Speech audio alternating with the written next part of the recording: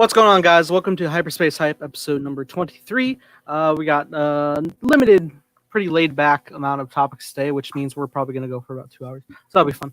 Joining us today, as always, with our crew, we have Brandon. Hey everyone, it's good to be back. Like Nathan said, it's kind of like a slow news week, but like we were talking about, like what should we talk about this week? Luckily, like we're so enthusiastic for Star Wars, we were able to just throw something together in like 2 minutes, and I'm glad we did because there's so much to talk about, and I'm ready to discuss it all with you guys. So I'll pass it on to Carson. Oh, I was not ready for that transition. Also joining us, we have Carson. What's going on, guys? As Brandon said, kind of a weird week, and I'm sure something big will drop tomorrow as our date shift to Thursday always has prevailed. Mega news on Friday, so we'll see what happens tomorrow. But in the meantime, we got tons of other topics we want to talk about, a few little news things, and a few just kind of looking back and talking about how much we love Star Wars. So let's jump into it. Also joining us, we got Evan. Hey guys, how's it going? I'm good to be back. Pretty light news week, but I'm very excited to talk about the Mando documentary, which I didn't expect to be very excited before watching it, but then having watched it today, I'm very excited to see everybody's opinions on it. And with that, we're going to go ahead and jump on to talking the Mando discussion and how important The Lion King truly was to the development of Star Wars. It was great because I love these Mando docs because not only does it show the making of the Mandalorian, it also shows like the making of like other Favreau projects such as like Lion King and Iron Man. Yeah, totally. I love seeing that progression.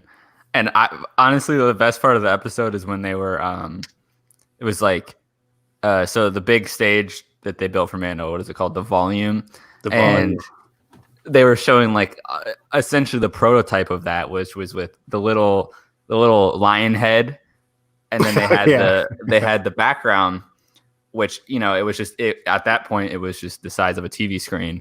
And John had that camera and was like looking in camera, and from our perspective, we couldn't really see what it would look like. And then it kind of like shifted to the camera view, and it showed like how it, what is it called? The parallax would like shift views with the head or the camera head. And it was super, I was like, wow, I didn't know that like this dated back. I still haven't even seen Lion King. So I had no idea that they even like, used that to kind of like, film almost in a way they could just like do it in camera in a way, or make their own kind of like camera set in that kind of like universe that they made. Yeah. But yeah, I did not expect to like, I've been saying on this podcast for weeks that I want like more technical stuff and more like directing stuff. And this was so cool to kind of like just get those shots of them being on set, especially like I love the actor's perspective in this episode, where like the one conversation with Carl Weathers, where he's talking about, I love where he's like, you don't have three different versions of what's happening. You're all on the same page because it's there. And that's so cool for an environment such as Star Wars, because, you know, especially, you know, Star Wars has always been known for like its big and kind of diverse locations, but also George progressed it in a way that it was able to push it further without having to actually be in those locations. And this kind of seems like the happy medium of like getting those locations in a realistic way that like works for production, is efficient, and also just looks gorgeous altogether. So it's just super cool to see how each of the different, like the cast, the crew, and I love seeing Kathleen Kennedy just talk about all this stuff. And it was an awesome episode overall. Oh, totally. Yeah. Like you said, like how Carl Weathers put it, is like when everybody's staring off into one place, they don't have three different perspectives. That's what I love about it. And I love that they used the scene of them on the boat, because like everyone's trying, because you can just see in their faces, like, okay, they all know what they're looking at. They all know what's about to come out of that thing. Because you know what I mean? Because like, let's just say we're just staring off at a green screen, like it wasn't Revenge of the Sith. Obi-Wan doesn't see Grievous just like doing some like giant like spin trick right in front of his face. He just sees much less with his here. saber. Was it Anakin's saber? I Yeah. saw Nathan. Favorite color. I know Anakin that and every Obi-Wan. time I I watch never knew that until this week. That's it. They got crazy. Obi-Wan's too, man. Yeah, Obi-Wan's and Anakin's. It's just different colors. Hilarious. But yeah, it's like Obi-Wan doesn't see him doing a spin trick, which like because he just doesn't flinch, he just stands there, which makes me glad that they invented this technology that they're able to respond to like what's in front of them as well, like not just visually see it, see Exactly. like an actual thing coming towards them. Yeah, that's the crazy part about all this, because I was watching it. I'm like, even in one of the craziest like CGI shows of all time, Game of Thrones, like we applaud Game of Thrones in terms of like its spectacle and its CGI, but even in that show, like we see Dany riding a mechanical bull kind of thing, like with green screen all around her, like as she's riding Drogon. But now, like watching Mandalorian, which is like 1 year after Game of Thrones ends, we're seeing this huge leap in technology. Like, what if Game of Thrones? What if other shows had this? Like, this is massive in terms of immersion for the actor. Like, this is a big deal. And John seemed like I love John's sentiment about all these elements of the LED screens, all the pieces they use to build the volume are pretty readily available in the film industry. It's just a matter of like collaborating them together. And so that was kind of cool to hear that. I'm sure this I think this is going to be something that's going to be integrated in more shows. And especially the biggest thing is lighting. Like I love how like one of the like just from knowing a little bit about film stuff from doing it in college, it's like one of the things that burns so much time is doing new like lighting setups and stuff. And so the fact that they can have a fully lit set from the screens, from that, the actual environment that they put up on the screen, and have like the natural shadows and all that stuff. And, it just goes back to like Favreau saying like, yeah, you can fix it in post to an extent, but there's only so much you can do with the footage that you have. And just like getting that in camera is so crazy and just unprecedented for anything that really has come out in the film industry. So I think this is going to be huge moving forward. And I think it's just amazing. Yeah, agreed. Like even speaking of the film industry, it's crazy how far John has come in terms of like you were talking about Jungle Book and Lion King in the beginning. Jungle Book, which got an Academy Award, I think, for best visual effects. That was like 4 years ago. That was in 2016. But by the time they were filming Mandalorian, that was only like 3 years ago or 2 years ago for them. So it's crazy how fast that technology like develops and it's so quickly, especially in terms of using the VR engine. Like when John came to use that VR in the first part of the episode there, he was kind of like new to it. But even VR is just pretty new itself. I think that's like what, mid 2000s at least, but now it's getting even better, and now it's even used in films, and it's pretty incredible. What's great is like back in the 90s, like I'm going to bring up a little Disney World topic real fast. So Carousel of Progress, it's an attraction that's been around since the 1964 New York's World Fair. And so there's a future scene, like, so basically it takes you around like the different not centuries, it takes you down the different decades, follows the same family, goes around the different decades, and it gets to the point where it's in the future. And they kind of predicted VR a little bit because there's this kid, they're at Christmas time, they just opened their presents and everything. He's playing this VR game with his grandmother while they're cooking dinner. It's like, how crazy of a technology that was just like kind of idealized for a futuristic thing from a Disney ride turned into an actual thing and is used day to day, Yeah, the best part of it is the best thing is like John and Dave, or I think Dave brings this up with the episode, is like we were doing like a like an update for Disney execs on the volume. They're like, this is what we're gonna, all the technology we're gonna use during the show, and Disney executives didn't even know they were on the volume because they blended in so well with the background. Yeah, that was absolutely hilarious.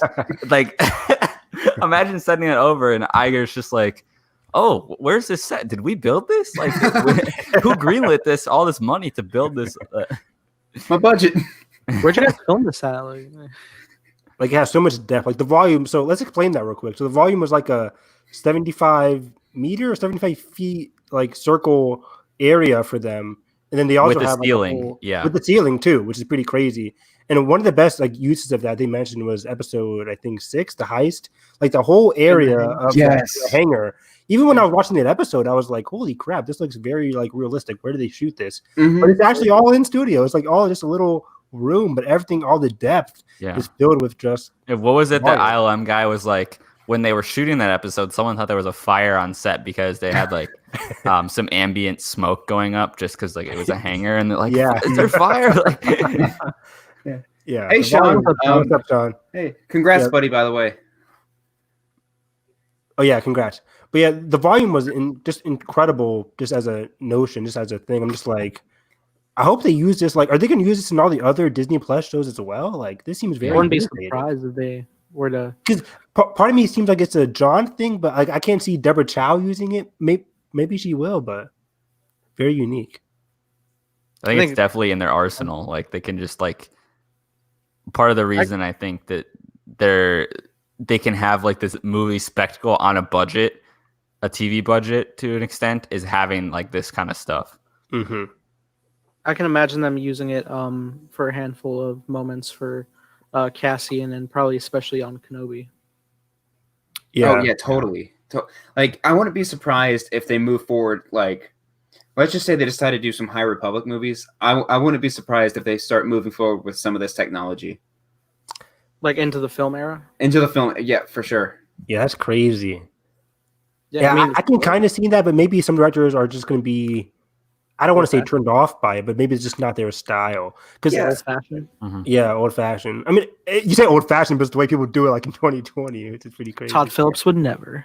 So, like, look how James Cameron's doing things, and that's true. We have yet to see mocap underwater. Like, I think he's gonna blow people out of the water with Avatar 2 and the technology. Like, I know people are like, "Oh, I don't want Avatar 2," but I think you're gonna see more people like utilizing this stuff that like people like James Cameron and Jon Favreau kind of like bring to fruition.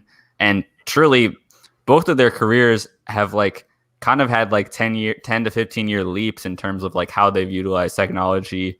You know, John going from Iron Man all the way to now it's 2020, like 12 to 13 years later of technology advancing and John advancing as a filmmaker. I think you're going to see a lot more people like wanting to build confidence and stuff just because of how flexible it is. Yeah, that's true. That's true. Exactly. I mean, even like when Rick Famuyiwa was talking about it, he was discussing how he felt like he wasn't creatively handcuffed because of the assistant from Jon Favreau. Like he had that guy in his corner, basically, trying to guide him through the directing process. And speaking about the directing thing, it was very funny how like when they showed like 3, 2, 1 action, instead of like directing the scene, they would just look down at the at the like iPad to try and direct via the volume. It was pretty cool. Yeah. Yeah, it's like funny. Changing cameras or whatever. It's such a funny concept that somebody could say like, "Oh, the set doesn't look too right. Let's move the entire set." Exactly. That's what I While love they're about filming. Yeah, which is insane. And the fact that you can do well, we saw in this episode, like they had like a half Razor Crest, like that they would have physically have the ramp of it, and then it would extend into the wall and up into the ceiling. And it's just like incredible that like you can even like interpret at dimensions of basically a physical object, a back wall, and then a wall facing down, and have it looking like a 3D object in the view of someone looking at it on the ground. Like I don't even know how to explain it. It's just like, wow. Yeah, so we definitely come such a long way. Like, and Star Wars has been like slowly integrating type of stuff like this. Like thinking back to like the special features of The Last Jedi, how like they had the tablet to view like the situation through the whole throne room. But it's a whole different scenario bringing that to like giant screens as you're set to life for the actors to get off of. Yeah, exactly. It was very fascinating. Like, I was just thinking about this after I finished the documentary. Like, a lot of hardcore, I shouldn't say hardcore, a lot of fans in general, when they think of Star Wars, they think of like George Lucas filming in Tunisia. I think even Jon Favreau mentioned that, like, oh yeah, this is where they filmed the whole Jawa set piece in Tunisia or whatever. Like, that old school way of like filming on location. Even JJ did that with filming in Jordan for The Rise of Skywalker. Like, how much of that is going to go away now with this added bonus of the volume? Like, it's so fascinating. And especially in today's, with coronavirus and whatever great other threats, you can have a controlled environment you can have a crew, potentially quarantine at these I mean, you can control so many factors that you cannot control out in, the real world, the open sets, that like I would not be surprised if like this is like a big compromise for the industry in terms of like not being able to go to locations for a while. Mm-hmm. Yeah, it would be I a didn't big think jump about that. on handling stuff like getting permits for locations or Yep. having to deal with weather effects, all Yeah. that different sort of stuff. Like all that is now at your disposal, like literally the swipe of your hand. Yeah, what is the one Exactly. guy says 12 hours, imagine having 12 hours of dusk or 12 hours of dawn in your shoot day. Like that's Mhm. crazy. Like literally in screenwriting class, they're like, do not write a scene at dawn or dusk because it's just not logistically going to happen in your It's so when you hard. make a movie or a TV show. It's impossible because you only have so limited amount of time to actually shoot the scene. Exactly. And like you can just do take after take after take. Yeah. But that's when you get You those. can reset the sun. Yeah, but that's when you get those like great stories, like when Denis was filming Sicario and that scene where they're going to the like in the third act when they go into that mission, you see the silhouettes of the army people in Sicario. Like he only had like a limited amount of time to shoot that scene, and that's like one of those crazy directorial stories you get to hear. Like, are those going to disappear now? And with Ryan on fascinating. Last Jedi, I believe they were shooting. Were they shooting on?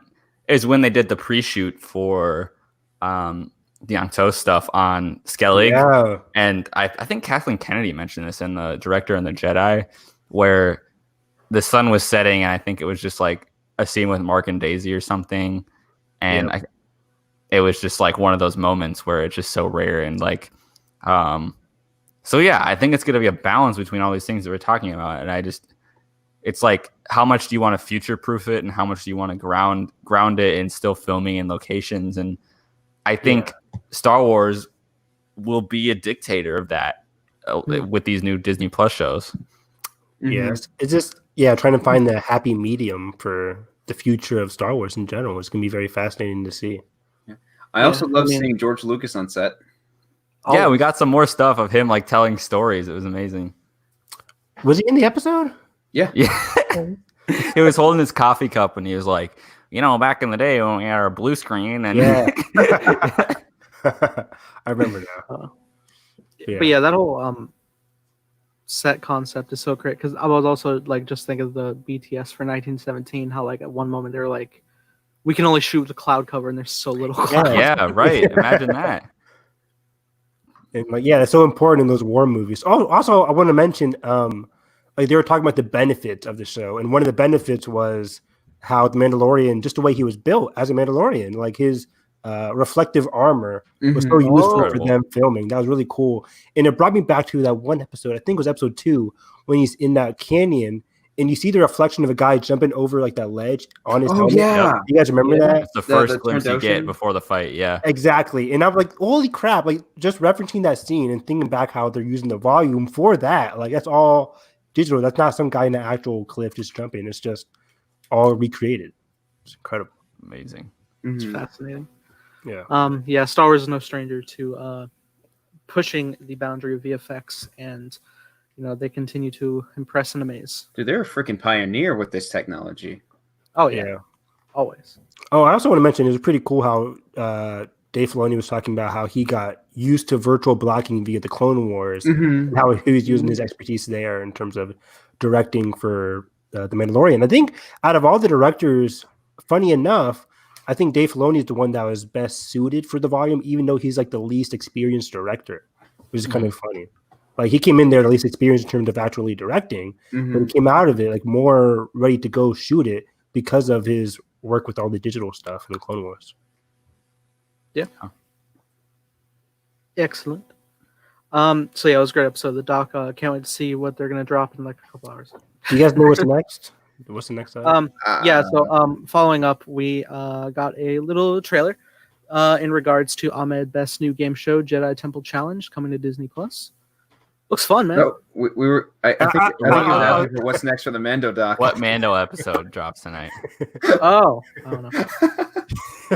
I was already trying to like segue. What episode 7 is the score? Yeah, episode 7 score. Right. Yeah, we're on 5. And this is gonna be 5. I don't know what it. It's 5 all gun extras. Extras, catering. Oh Dude. my god. So we're here. We're on the set of Mandalorian. We have some nice grilled chicken right here. I would love. I would need love that. that, That'd be dude. hilarious. I need to know what they ate on set. I do.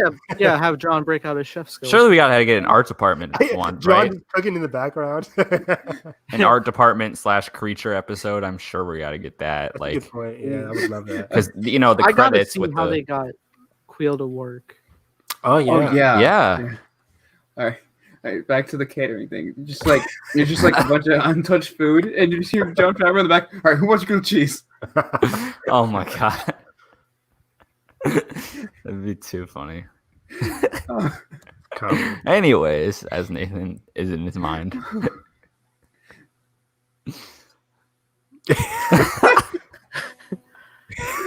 So a trailer dropped. For the new Disney Plus game show, Jedi Temple Challenge, that will be hosted by Ahmed Best. It looks fun. I'm super excited. What did you guys think of the trailer? I think it looks great. I think having a Sith temple in there really brings out the Jar Jar theory. Oh my god. My man's in a Jedi robe, man. You can't. Palpatine Yeah. was in a Senate robe. Yeah, it's like I'm so happy for him. Like giving, just like meeting him at Celebration and then seeing his big standing ovation at the Phantom Menace panel, and then getting this announced, and now finally this trailer. Mhm. I'm glad that this appears to have got the proper backing that it should. Like, it has a pretty good production value for what it is. Like, I didn't expect it to be like all these like big sets and like little adventure things, and yeah, I'm excited. And he has like a droid sidekick. Yeah, Which that was reminds really me cool. of that Clone Wars episode when Ahsoka's with the Padawans helping them like build their sabers. It reminds me of that droid. Type Oh, that of vibe, droid there. Oh Yep. yeah. That's a good right. point. Yeah, they're kind of like similar in design a little bit. I don't know. Maybe the droid would be offended I said I want to that. look back at the trailer. No. One thing is, this show is good. I don't know if you guys read this. It's dropping on the Star Wars Kids YouTube and not Disney Plus, which I is thought it was interesting. Disney Plus. I'm shocked it's not Disney Plus. Me too. Maybe it I could be thought both. like all the Yeah. reports were saying that. Yeah, I mean, at the same time, it'll be premiering. It's just not like a regular upload, Right. but it'll premiere at least, which is good. Mhm. Yeah, Maybe season 2 they can go on Disney Plus. yeah, we'll see. But it was really cool because I didn't know we were talking about this. But last night, I watched like the whole 20-minute episode of the Star Wars show, and they had a whole 10-minute segment on this show, and I was like, okay, wow, I'll just watch it. It's pretty cool.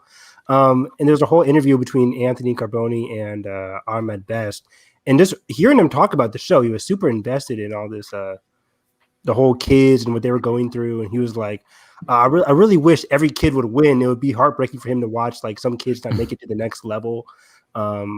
Order 66. I know. Whenever Mark a kid Daniel, goes, like, Mark Daniel was not having it. Can you imagine in this show, like the Death Star alarm just starts blaring, and like Ahmed pulls out a red lightsaber. You still people gonna die.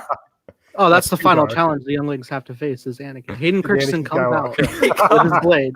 Just throwing the Survive. kids. The collective Oh, Star Wars man. fandom would just like never recover from that if That'd Hayden be so Christensen funny. recreated that scene. Yeah, he's just like chasing them with a stick, like, come here. So much lost potential since he's going on Star Wars Kids now. They got their comments turned off. They don't care. Yeah, Oh man, Yeah. Twitter it will was- have a field day. It was him and Mary. Mary is the person, I think her name is Mary, who is doing the acting as a droid. So she was acting alongside Ahmed Best. And yeah, they seem both really invested in the show. She seems really happy. She said her character, I forget the name of the character, but she's like jealous that he's a Jedi. So that she always makes jabs that she can't do the Force stuff, but she can do a lot of things because she's a droid that he can't do because he's a human. That was Which is pretty funny. cool. Yeah. So they have a Get some little- L3 sass in there. Exactly. That's what I think about it was L3. Did you guys ever watch the old game show Legend of the Hidden Temple? Yes. I never watched that. I mean, huge No. game show fan. I never watched that. Yeah. Oh, yeah, there's like similar vibes here for sure. Yeah. Of just When like I saw running this through trailer, obstacle Oh, wow. course and stuff. Yeah, like when I saw the trailer, the first thing that came to mind was like, oh, like Survivor, right? No, Survivor. Jedi version of It's Survivor Wednesday. Just seeing Evan's GIF. American Ninja Warrior. I mean, honestly, I would love that American Ninja Warrior Jedi edition. That'd be That'd be cool. Yeah. but yeah, also, how do- Ahmed mentioned how his Jedi characters might be. He kind of coolly said it, but it is related to his character that he played in Attack of the Clones. In the Really? Yeah, he said like one of the fun things about being a Star Wars fan is like how a lot of Star Wars fans created a whole backstory for his character that was only on screen for like 2 seconds in Attack of the Clones. That character is related now to this character in the Interesting series, in the new series. But they're not the same character. They're just like They're not. brothers, like I brothers assume they first? can be brothers or best friends or something like that. Yeah. Ooh. So it seemed really cool. So they all have a cool like Jedi lore backstory. So I love that.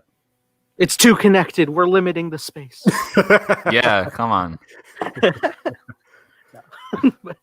Yeah, I can't wait to watch this show. I'm a huge fan of like just reality TV and competition series in general. So How many episodes do you think watching it's it. gonna be for this season? 10, maybe six sounds or good. 6 to 10. Yeah, maybe half hour. Yeah, Yeah, I think so too. I can't wait to get Some cool super trivia. interested. That's not too hard, but I Yeah. know I'll be competitive as hell watching it. Right? They should do this for like people like our age. That'd be really fun. Like I I can would see love it. myself in that area pushing all the kids over. Like, come on, let's get over. It's my. I don't Oh know my if you God, guys I have didn't been know. watching Lego Masters on. No. I need to. I really want. So I can't remember what it airs on, but then it might think be a it's Fox. Hulu original. Yeah, I think Fox, and then it's next day yeah, Hulu. Fox goes Hulu. Oh yeah. But they had a Star Wars episode, and Oh wow. Bill it was Droid- really cool because they had one of the like challenges was to recreate an iconic scene, and so like based on the last round that they did on a character that they made, I think they would like choose. They would have like a certain order of like who got to pick which scene, and so someone built Crate, someone built Hoth from Empire Strikes Back, and just like there's just so many cool like I think potential stuff for like game shows and stuff and things that I'm surprised they haven't tapped into. Somebody built Crate. That's pretty awesome. Yeah, I no, it was that guy. awesome. I hope he won. That reminds me of like when we're at, I we gotta were at- send you guys some Lego mocks I've seen. Like, dude. Like that reminds me of like I remember when we were at Celebration, even 2017. Nathan, did you ever go to like the Lego booth where like they had all those custom Lego sets that people? Oh, were I building? remember that. Yeah. That was, Somebody like full scale recreated the Battle of Hoth. oh yeah, I mean, I've seen like a lot of set pieces around. I like even like when I went to Legoland, like they built so many Star Wars worlds. Oh yeah, it's so much. It's like it's amazing how creative they can get with little pieces of blocks. You know. Oh yeah. hmm It's funny because I follow a lot of Lego builders around on social media, and a lot of them watch Lego Masters. And when they do a lot of the episodes, like they always complain on like, you guys keep choosing like the worst winners of the like it should have been these people and you threw them out. Like, so Yeah. I'm excited to. How do they judge on Lego Masters? Like They have like okay, so I think they have 2 judges, and basically each like build has like a goal of like what they want to bring out, but then also there's Got like if it fits the narrative, or if it's like creative, or like sometimes they build it on like how objective like it is. Like some of them have to move, and so like there was this one episode where they had to build like robots, and so like if the robot couldn't move very well because they had like motors and stuff in it, like they got docked on that. dang. But Will Arnett is really good as the host, and it's pretty hilarious. You guys should really check out the show. Nathan, you would love it, especially. I have no doubt I would love it. Yeah, especially working on my Lego stuff now lately, so it'd be fun. Yeah. So yeah, it looks like it's going to be a fun time. Moving into further topics, Galaxy's Edge is going VR. Interestingly enough, This was actually the first time I've heard of it today, and we mentioned it earlier. I'm like, wait, what's going on? So I haven't looked into it yet. I was waiting to find out what's going on. Yeah, I didn't look into it either. I just heard the main headline that it's going VR. I saw the tweet, but I wasn't sure if it was like no a one certain building- adventure, tweet. like a certain. I read the first bit of the article. All right, hold on. Nathan, you had one job. No, one of the things they had said is like they're creating an original story that's going to feature new and iconic characters. Wow. Okay, so I think it's still supposed to be set in between episode 8 and 9. Wait, so real quick, is this VR thing at the park? Like you go in the park and put on the VR thing? No, No, it's an No. original story developed by ILM X Lab. So you can like It's like watch the Vader it thing. It's probably like Vader Immortal. My guess it'll be on like Oculus and PS4 VR. Oh, Got it. taking okay. place between Star Wars: The Last Jedi and Star Wars: The Rise of Skywalker. It will give players the opportunity to live their own adventure and explore part of the galaxy far, far away in virtual reality. The original story will feature both new and iconic characters from the Star Wars galaxy with multiple styles of gameplay and difficulty settings. So I'm presuming it's like you'll get like a big, like an even more in-depth layout of Batu without it being very theme parkish. That's my guess. And also, I think what would work well. There's that one character. I can't think of her name right now. Vi? Yes, Vi. It would be cool to do things as her perspective, like her point of view. You know, That would be awesome. because like all the shows they do like throughout the day, it's like her sneaking around trying to make it past the First Order, like sneaking like data on board a First Order ship and stuff. Yeah, they can do a lot of stuff with the VR. They can introduce I forget her sidekick. I never read the Phasma novel, but Carson, do you remember her sidekick, her best friend? Cardinal. Cardinal could be yes. in the VR thing too. That'd be cool. Yeah, I would love and that. I'm bummed that I didn't get to do the Vader Immortal demo at Celebration. Yeah, I missed that too. Yeah, same. I know we were trying to get to that because our schedule was just so busy with all the panels. Missing a lot of Mustafar content. Which I'm glad is finally coming to PSVR now because I'm finally going to be able to play Yeah, it. and I think it's going to become more accessible as the years goes on. But it seems like they're investing a lot into these kind of VR stories, and ILM seems like they really want to do it. So this is another thing where VR is becoming a huge part of Star Wars, and I'm sure we're just going to get more and more. Yeah. Exactly. It's the same with because Marvel, which is part of also ILM, sort of, they just put out Iron Man VR. I played the demo for it. It's really, really great. It's like it's immersive to the point where it's like there's like an attack on the ship, and you get sucked out of the plane, and just like you're like, Friday, give me my suit, and just like piece by piece, like an Iron Man 3, piece by piece, like more and more is coming on you, like the really cool. arm, helmet. I'm like, I love this. I'm so down for like more ILM related VR stuff, like Vader Immortal. I can't wait to play it. Yeah, luckily when you do start up Vader Immortal, Palpatine dumps you out of your vat, and you get with the Force your armor piece by piece. Ooh, it kind of reminds also like Batman VR, which they make you witness the Wayne murders in Bruce's perspective. That's a thing. That's a thing. I'm like, wait, what is going on right now? That's dark. Can you prevent it? Can you prevent it? No, but I You imagine know what's like happening? Back to the Future. like I imagine like playing. Obviously, it would not be to how extensive Fallen Order is in gameplay and stuff, but it'd be like something where you be, a first, have a first person perspective, and then experience like cutscenes and stuff, and like a full adventure. Obviously, I think so far this Vader Immortal and this stuff are very much snippets because of how much work goes into like the technology and stuff to like make it function. But I think as it goes on, we'll get bigger and more ambitious like stories. We'll be able to play out like longer narratives, what I think would be awesome. I think it's only a matter of time, dude. It's only a matter of time. I think right now, Vader Immortal, all the other just VR in general, the stories are very structured. Like you can't do a lot of different things in them. You have to go to point A to point B. But one of these days, guys, like we're gonna be in VR for like hours on end doing Ready Player One. Here we go. Open world. Yeah, Ready Player One, dude. It's like I forget how far in the future Ready Player One was, but I'm telling you, like that could be 5 years from now for all we know. The 40s? The 2040s? 2040. 2040s. Sounds about right. Yeah. Yeah. 2049? Wow. Maybe. Ooh. Should I get Blade Runner 2050? I'd be down for a Ready Player One-esque type thing. That would be awesome. Just as long as Ben Mendelsohn isn't like governing it, I'm fine. You know how many people We stand here Ben amidst Mendelsohn- my accomplishments. One achievement, not yours. Oh man. god, I If miss. you can Ben play Rogue Mendelsohn. One in VR and just die in the end, You just see Vader This coming song towards you. just goes. you can feel the sensation of the heat on your skin as you're playing the game. I'll get one of those vests, the vest that he gets in Ready Player One, where it's the club yeah. scene, Oh, yeah. where it's like grabbing him as. The Anakin Skywalker experience now with full motion bodies. Oh my god, no! That would be so funny. Oh man. It just breaks the vibration pack that you're in the lava. You're just like all right, I'm done for the day. God, it feels like my legs got cut off. Can you beat the high ground? It's a marketing campaign.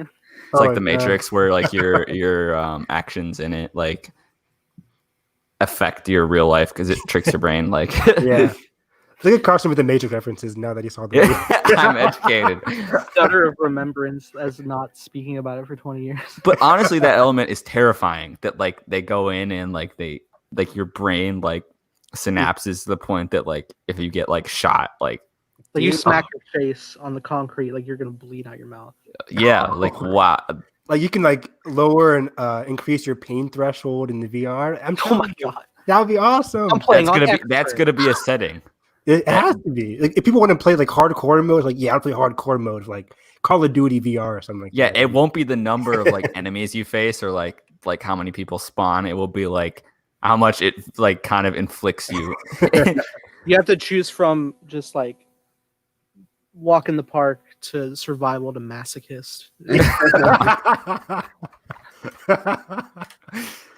Oh man. Oh, Wow, the future, only a guys. matter of time. I know. The future. 2 years from now. Oh man. Yeah, so I think it'll be fun to jump in. Yeah, so but two. Yeah. Yeah, so masochism. Sounds like fun. I can't wait. I need to get my PlayStation VR. I have a PlayStation, but I haven't bought the VR yet. I might get it when I get the PS4. What are the prices down to on that? Are It's they like- down to like 200. Ooh, okay? Another console. I'm saving up for the PS5 right now. I don't even know how much that's Which we don't know the price is gonna be. exactly. Isn't- That should come with the VR. Give me a VR with that. That'd be awesome. It should. And then it'll be like $800 at launch. But Yeah. Oh well. I'm just waiting. Maybe Nintendo will do it first, and they'll just have some. Mario Kart VR. Why? Mario like- Kart VR. You get VR, but it's like I think because like the Switch screens are still like 720p or something. Even Mhm. 1080. So it would be like VR 720p coming to fall 2021. Let's go. Could you imagine like a Super Smash Bros. In VR, just like the Black Oh my Mirror God. episode? Yo, The perspective change of the platformer. That would be Nathan weird. doesn't know what we're talking about. I Yeah. played. No, Smash. no. Just a Black Mirror episode type theme. Okay. Carson. I Oh think that'd yeah, be- where it all happens in like 0.1 seconds, and then it's that episode you're talking where he's like walking. oh around the no, house. no, I'm talking about this most recent season where they're playing that fighting game in Oh, VR. yeah. I heard that episode Yeah. was weird. I never watched it. Oh yeah, it's It's something. I'm not a huge Brandon with Black the Mirror giant grin on his face. What do you know? What do you think about? fan. Well, if you No, like never mind. if you like Palm Clementine, All right, that's stuff. Wow. Cut to I the- know. cut to- Stop. What happened? so how about I that know solo I've too? marked the video not for. So, anyways, make Yeah, Solo 2 What's up happen. next? Yeah, what's up next? Anyway, so the High Republic got pushed back. It did. Oh, yeah. depression. I hate it. I just pre-ordered the book too. I just pre-ordered the Ah. Which Oh, wow, you did. the Charles Soule one or the book. Yeah, the Light of the something. light of the Jedi? Light of the yeah. Seven. The light of the dark. I just pre-ordered on Audible. I just pre-ordered on Audible. I got the email. Sorry, but we're having to postpone this. But no. I'm not pre-ordering So- anything these days because Let's break down the release date. So Charles Soule, his book was the first one slated, right, for August. Yeah. So Let me that's see if now January. Yeah. Okay. So yeah, January 2021 is his first book. Surprise celebrations in January 2021. Well, could be. It'd be a weird month, but It'd be a Yeah, it cool would be. celebration. I'd be right fine with it. after the Depression age. And then is Claudia's book getting pushed back to like spring? No, I think they're all Or is it- very close to each other still. So it's like Interesting. January for Charles Soule, February for February Claudia for Gray, Claudia's. March for Justina Ireland's book. I could be wrong. I'm not sure. But yeah, so they're all very much like the same release pattern they had for the fall is just going to be mimicked in the winter. Okay. I want because these probably had to be nearly locked. At least the Charles Soule one had in terms of content. I wonder if they're. It seems like it was like kind of a distribution thing in terms of like the coronavirus. That's what it seems. So I wonder if they're gonna make any content edits or polishings. I didn't even think about that. I doubt it. I don't think. Yeah, I doubt it too. I just they Let's have add extra Luke time. Skywalker. Let's add Tatooine to this chapter. No, Pull it off the please, shelf. no. Pull off the art book from shelf. Yeah, it is disappointing, but I'm it's to be expected these days. I think the most fascinating stuff though that they mentioned within the article about how certain clans are going to be mentioned in the High Republic that we'll learn about in the summertime. I mean, it's already summer, but I guess in next month or in July, we'll learn about what. You shared that tweet earlier. Oh, you shared the tweet about Santeca. I'm like, the Santeca Vaxmoncito intensifies. Yeah, there's Santeca clans, Staros clan. Staros is from Son of Staros from the Star Wars main comic book. So are these clans that are remind me what the name of the big reveal, the bad guys that we got, kind of the Mad Max dudes. The Nile. Are these kind of like off kilter of that? Or are these like I have no idea. Other groups of people that are we talked about in the podcast, like I don't think the Jedi are as collective as they were as we know them yet. So I think there could be like different like ideologies and different kind of like groups of people under one like broad umbrella, but it's not like as collective as the Jedi we know in the prequel trilogy and that kind of thing. More than just like light, dark, gray. Right. It would be like, all right, well, we got the temple meeting at 6, but at 7, I'm going to my little side group. Oh, I don't remember talking about it. I mean, Home to my family. This is like the brightest part of the Jedi. So are you saying like even in their brightest day, they're going to be fractured a little bit? I'm saying black as night. Even they in just their don't have a set system. Yes, they're not going to have a set. They're not going to be as set in their ways. I think what's going to make them strong is going to doubt a lot of things.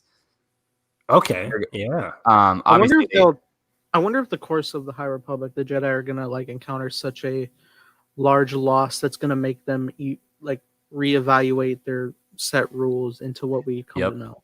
Yeah, that could be it. Because remember, which is the what is it, like the event that's going to happen at the hyper lanes and stuff. Hyper lanes crashing, most likely. I don't think that's been confirmed yet either, but it seems like to be the case. But yeah, I think one of the parts that makes this like the brightest day again for the Jedi is that they haven't had to fight anybody in a long time. Mm-hmm. So I could see them getting their butts kicked by the Nile and be like, okay, we got to change our ways, and we're not as good as we hoped. But I think they could be. I think they're going to be. What makes me say that there's going to be like kind of splinters of different people in the Jedi Order during this time. Obviously, there was like, if you think about how different of a Jedi Qui-Gon was versus the rest of the council, that kind of stuff. But it wasn't like Qui-Gon's still engaged in the Jedi way because that's what he knew, but he always had his personal doubt. I think I say that there's going to be like probably these different groups because I think that they're probably, like you guys were saying, like they haven't fought in a long time. I think they're going to be more like philosophers almost in this time, and they're going to be like more of like heavy thinkers and not necessarily. And I think the Nile are really going to catch them off guard. So I'm excited to see like what that dynamic is, because we really have no idea like how we get from where they are back then to, how they were basically corrupted in the prequel trilogy. And I'm super curious. That's one of the main fascinating things for me about this whole book era is like seeing, little hints and stuff that kind of like eventually lead to how we know them. Yeah, I'm very curious to see how it all turns out, like how the cataclysm totally changes and Yeah. how that slowly like goes through the comic books and the books and see that change Yeah, everything. like just not the Jedi themselves. It's just like also. I know this is like a dumb thing to say, but it's more of like the government part of it too, like with the Senate and everything. I'd like to see how that transitions into like just a fluent and flowing republic. You know what I mean? Yeah, totally. Dude. Right. Like, What is their trust level with these guys? Like, it could be Exactly. completely different. yeah, like are they working with we assume they're not working with the Senate and the Republic right now, but they're still located on Coruscant. So how is that going Right. on? So yeah, that's very people are usually not interested in politics, but this has me very curious to see what's going on there. Mm-hmm. Like I'd love to see how it brings the two together. You know, like because I know they kind of mentioned it a little bit in Dooku Jedi Lost. About what? Which About aspect? about how the Jedi are beginning to like work Oh, like a loser. lot more with the Republic. Yeah, definitely. Yeah, like how we saw Yoda saying like, "Oh yeah, let me go ask the Senate first. Or we need Oh to yeah. for this first." Like people are dying.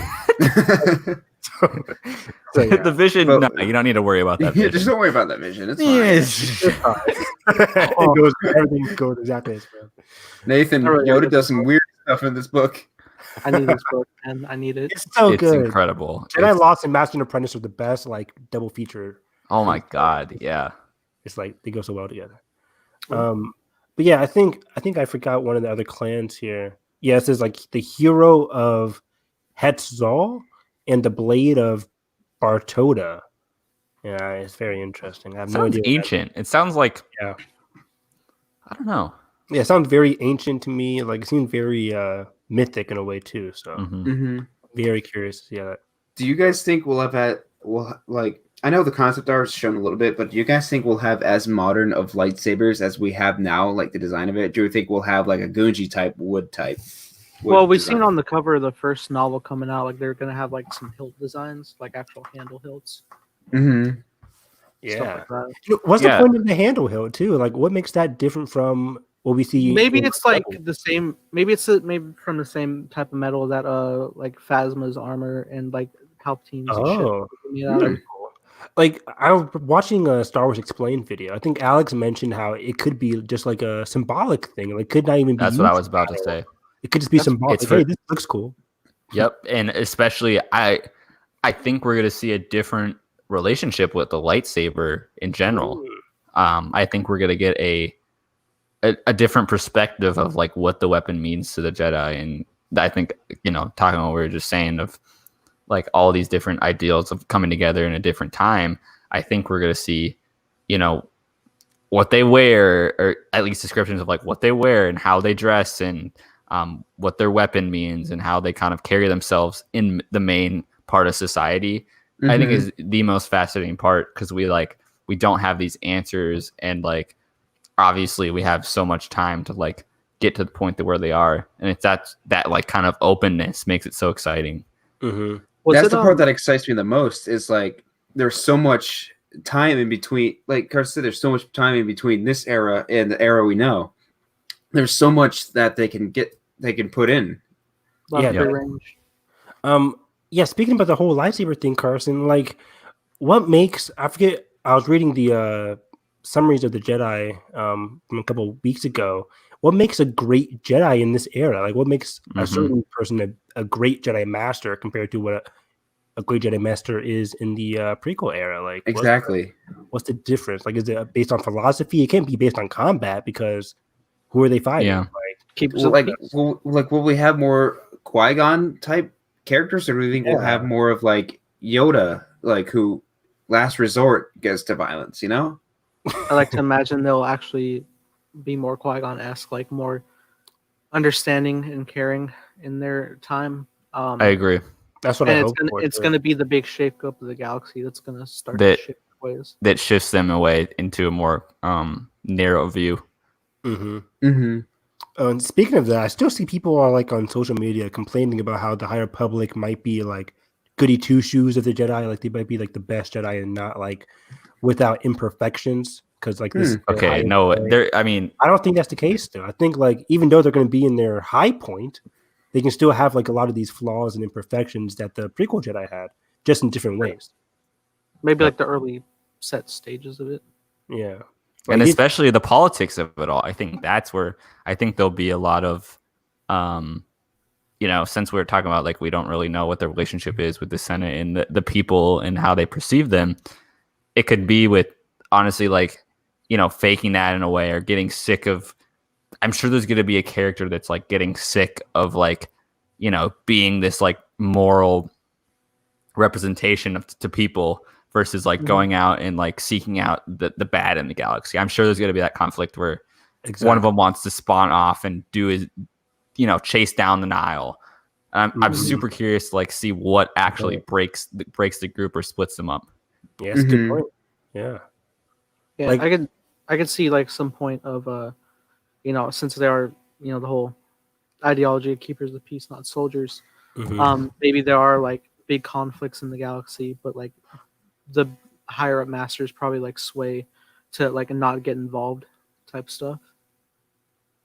Yeah, definitely. Could be quite interesting. The Mandalorian Jedi with the dark saber, that was 1,000 years ago, right? Yeah, I think so. I think in Rebels it just says like, oh yeah, over 1,000 years ago. Like, there's not an exact time period, but yeah, I think what was that Tar Vizsla? I think. was Yeah. his name. You're talking about that episode that does like the whole telling animation with thing. the animation. Yeah. Yeah. Yeah. Do you think they'll have any talk of the establishment of the treaty between the Republic and the Mandalorians? Ooh. Hopefully. That was later, I'm pretty sure. Yeah. Maybe this could be a phase 2 thing, phase 3. I don't know Yeah, I'm how not many sure. phases we're gonna have, but I'm not sure. I would I'm love to sure see it's crossed their Mandalorians minds. in here. Yeah, that'd be really cool. You can see Mandalorians versus the Nile. That'd be really interesting. ooh, especially because they're talking very much with the story group. This is very much a story group project. Definitely. It's entirely possible. Uh-huh. It's possible they even have like big set ties that they'll get into like years from now in like a long game Yeah. type aspect of like these new characters toward the end of their journey. Yeah. I was just thinking about too while we were talking about all of this, like, what if, like, we know how the story group said, like, this is the Jedi we wanted to see, like what Obi-Wan was talking about in A New Hope, like these are the real Jedi in the High Republic era. But what if, like, 200 years prior to the High Republic era, that was what that era thought of like the highest point of the Jedi? So Yep. I'm very curious, like, is this highest point of the Jedi? It's a repeating cycle. Like Yeah, is it a repeating cycle? Could maybe even Yoda thought they were during the highest Decreasing point. more. Yeah. So you never know, really. Anything's possible. And we're like not even like a specific focus, but there is the potential that Yoda is around. Oh yeah, definitely. Yeah. Like my hope is that he's just like on some mission. I think he's not. I think we see him in phase 2 of like I would love to see just like a chapter or two interacting with once we get to know these characters moving forward. I would love to see like what that means for them and like kind of like what type of person Yoda is at this point. We see Yoda at the end of phase 1 coming in. He's like, "Oh crap, Yoda the Dark is here." Oh jeez, this hot shot thinks he's all that. Oh, crap. He's just like he's just like I just think of the scene in Dooku Jedi Lost where like Dooku's like just trying to get his attention for like days or whatever. Oh my god, he's But- just like he gets to the point where he's like ready to just like lift the sacred tree with the force. And after he can't, he just like he gives up like I'm So done. funny. Forget it. I'm just sitting down next to you, and Yoda just like opens his eyes. Ready you are. I'm like, I can just see Yoda in like a courtyard, just like sparring with his lightsaber, like just being the complete opposite of what we know him as. No Pretty time funny. for patience, master. he'll be like the most impatient Jedi ever. Too funny. Oh my god. Yeah, imagining hotshot Yoda. Oh my god. Ready for battle again. With a lot of hair too. Oh man, I hope they don't give him too much hair. That'd be Long too flowing locks. Hey, Oh, no. hey, before he Oh, got old, no. guys, before he got old, what color hair do you think he has? Black, brown, blonde? Oh Brown. no, ew. Like The child? blondish brown. I'm Does thinking the black child have actually. Really? Maybe. The child? I don't. You're right. I don't think he does. It's interesting. Child doesn't I have know he's hair. already 50, but I bet he's kind of furry. That sounds weird. Oh, no. I've never felt. Oh yeah. What do you know? I don't know what I'm talking Clip about. that. I Clip see. that. I see Change you the also got your subject. shipment of action figures in. What are you doing with them? You'll never know. Oh boy. Oh, speaking of action figures, a quick thing. They announced a lot of Black Series figures today. Oh, Yeah. I actually saw did that. find that interesting. They had a lot of. I think they had the entire Rebels crew like Yes. in Whoa. like Ahsoka a looks live amazing. action mold look. I've not never just seen the- these. You guys have to link me. It's not even like their animation design. It's like straight up live action looking. Mhm. Yeah, it's like photoreal. Yeah, they have that. Both They on have the packaging and in the carvings of the face. Yeah, link me and to that. I wanna They see have it. a Wolves Battalion. They have one of the clone troopers from there come in. I forget what else they had. They have Chopper even. They have even Chopper's coming, which They had that a- was a surprise to me. Chopper's They getting. had another. It's always fascinating seeing an interpretation of live action Kanan. He looks. I noticed he looked kind of different than the Celebration mural, but I think Hera looked about the same. I mean, live action Kanan looks very much like what's his name, Freddie Freddie Prinze Jr. Yeah, Mm-hmm. just like with a different Kanan haircut, I guess. Yeah. But It's so weird going back to his first couple season appearance look with like the yeah, with the hair, with the ponytail thing. yeah. But then you go to like when he's blind and it just looks so much different. It's like, oh, I like that look better. Yeah, he cuts it like what in season 3 or something like that. At the end of season 2, I think maybe. I don't know. I forget when he cuts it. No, I think Oh. he always had his ponytail. He just didn't have the beard, and he doesn't cut it until the Jedi Knight episode. Yeah, you're right. Look at this Mando. Shiny. Oh, pretty Shine cool. that Shiny. one. You have an Looks Ewok. like Pedro. You have Tebow the Ewok coming. Admiral Akbar, and the Camino Trooper. Camino Trooper. Everyone's favorite. Everyone's favorite CT whatever. But the thing that gets me is with these Black Series figures, Poe was terrible. Oh no. Poe? Yeah, They the can new never one? get Poe on any figure. they ever. can't get Poe right at all. You can't Like, replicate Oscar Isaac's face. It's You just can't get impossible. my nose right. Let me. Can't do Adam Driver or Oscar Isaac. No. Isn't that funny? They'll sometimes get out. Maybe John Oliver will release an Adam Driver doll. The ultimate Adam Driver stand.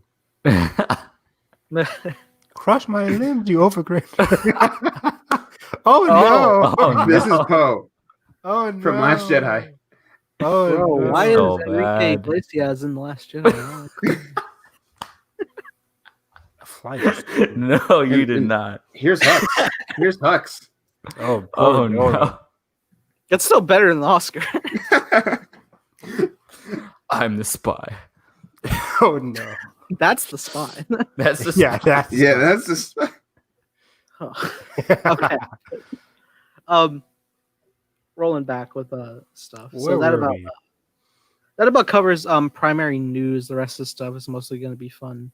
Talk on Speculation. Star right? Wars speculation, stuff like that. Beginning on this half of the screen, you boys are repping. Make Solo 2 happen. Did not wear my shirt. Did not want Carson to feel left Nathan Make missed- Rogue Nathan 2 missed the happen, memo. boys. Make Rogue 2 happen. out. Yeah. Get out of here. Get out of here. You're gone. make a sequel to the Star Wars show. Oh, yeah. Nathan, kick him out.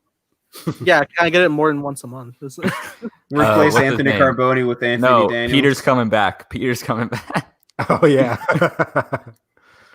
Oh, That'd be man. hilarious. So Yeah, so over the couple days ago, the Monday, May 25th, right? Monday. Yeah. Wait, Monday, May 25th, it was the 2-year anniversary of Solo, a Star Wars story, a very fun and underrated Star Wars film that did not Indeed. perform at its best at the box office, unfortunately, whether Not so it was good. Not so due to good. poor marketing, which I think the marketing was cool, or in regards to where it was placed because it was sandwiched between a lot of big releases that year.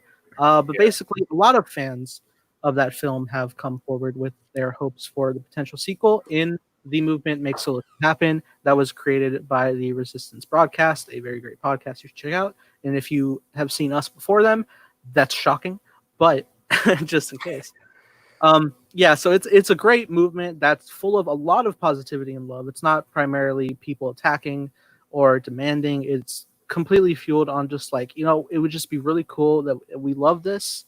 whether it is a theatrical release or what I think pretty much all of us unanimously agree we would like to see in the form of a Disney Plus series. 1,000%. Yeah. Yeah. It's so funny, Nathan, because every year, I say every year, it's happened twice. During the first Make Solo 2 happen and this one, people keep tweeting at me like, it's never going to happen. It's never going to. I don't know why I'm doing a Donald Trump impression. But,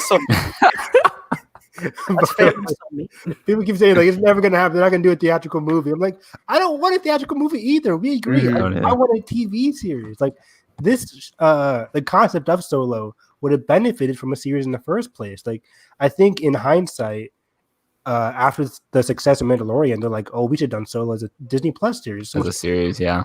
Yeah. I want a series too. I of course I would love to see Alden Ehrenreich portray Han Solo again, but my priority right now, at least for like any kind of follow up to this era, is Kira and Maul and Crimson Dawn and Syndicate War and just all that stuff.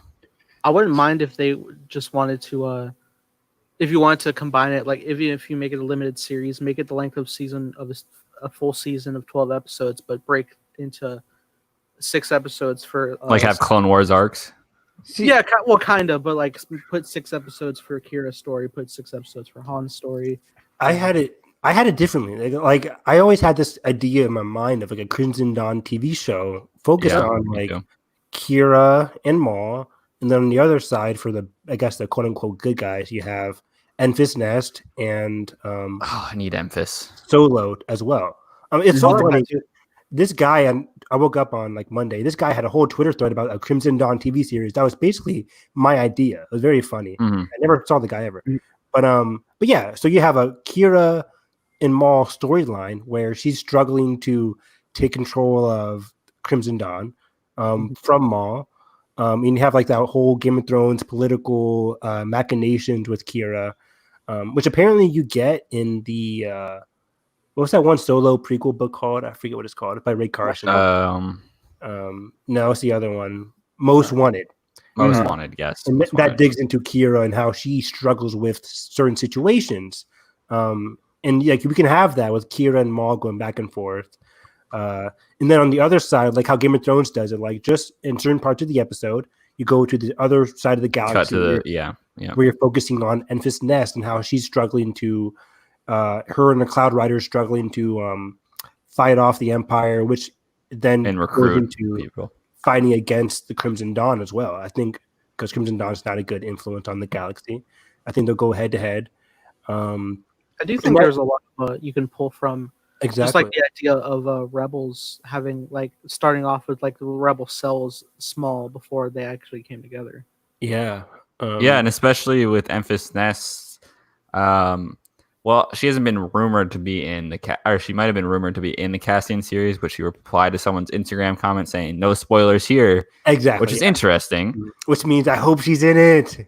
It makes a lot of sense. Apparently, she just joined the Falcon Winter Soldier, so she's got that. Which is also amazing.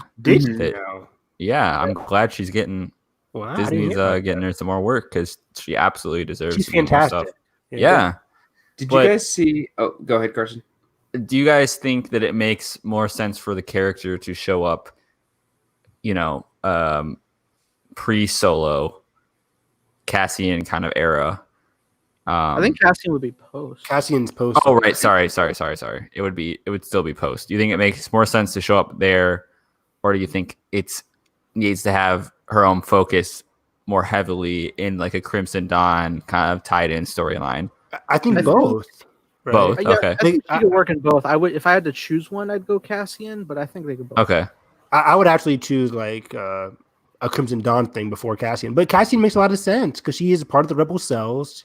She could be on a mission with Cassian, and then she can reference like having met Solo, and of course that means how she met her and how she met Solo in the movie, but it also could tie into how she met Solo again in the Solo TV series. So there's a lot of things that are possible here, especially with all the rumors about a Ahsoka TV series. I'm like, we don't need that. Like, if there's a possibility in an Ahsoka TV series, then there should definitely be at least consideration for a Solo TV series. This makes too much sense. Absolutely.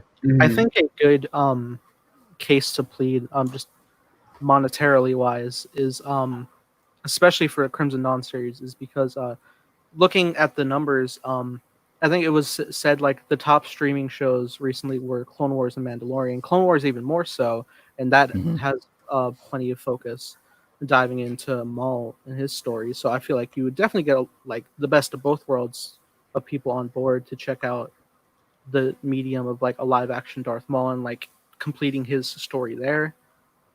Yeah, totally. Right. I think a lot of people, maybe who weren't interested in the Clone Wars, could be like, "Oh wow, we saw Maul and Solo. How did that happen?" Well, you get to see. Right, and And it would it was lead really into his death, Yeah, right? It Mm-hmm. was really surprising to get those numbers to see that they like got so much higher than Stranger Things, which I feel like is always everywhere. Oh Okay. yeah, What is higher? it's higher than Stranger Things. Clone Clone Wars. Wars streaming was Oh, but like Yeah, yeah, it's- Clone Wars just came out, so it has that recency thing. Yeah. But the fact I that think Stranger Things is that's still the up fact they're there, not even though it dropping. hasn't come out for a long time, is saying something. Yeah, I think they also Mhm. had the benefit of just like not dropping everything all at once.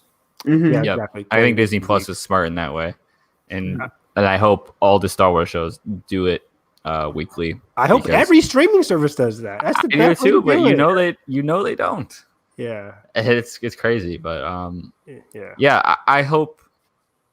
So my other question is, do Han and Kira ever meet again, or does that compromise the complete end of Solo? No, I think Han and Kira can meet up as well. Like in my head, and for the Crimson Dawn series, you could have Han and Chewie team back up with Enfys Nest again, and then when they go to attack against Crimson Dawn, Han has an emotional investment in terms of going to find Kira, see what happened to her, as well as helping out Enfys in terms of taking down a bad syndicate organization. So Yeah. there's two things for Han to get involved in, and I really need them to see each other again. It was Yeah. team up so they could see each other again. Yeah. Even though it's going to be heartbreaking either way. Either Kira dies. Yeah, and I'm sure Han will be in denial at first. He'll be like, "Oh, she left for a reason. I know she wouldn't do that. Yeah. She's I would You know. love to see yeah. that struggle, especially with Alden's performance. That would look so good. Dude, I know, right? Mhm. And to see Um, Han and Kira again. Oh, I think I- I think that would be great, and you could definitely do it without tipping off any ideals of Darth Maul to Han because he can't know about Force. yes. easily. Yeah, just Yeah. have him interact with Kira. You don't have to have Maul there. Yeah, It's just crime boss stuff. It doesn't matter. exactly. Yeah, totally agree. Mhm. Did you guys I see? still, uh, I still strongly love the really want to dive into because I'm all about connectivity. I love the thought of going to the whole Jabba mission stuff. I especially would love the idea of seeing a practical Jabba puppet today.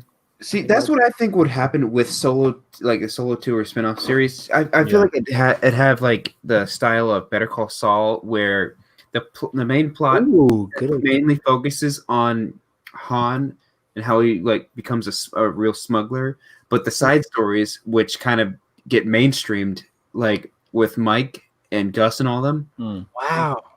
Evan knows. what I'm Brandon, this is talking about, too. fantastic. I like that structure. You having totally seen 3 blew my mind seasons. there. Having seen 3 seasons of that show, I agree.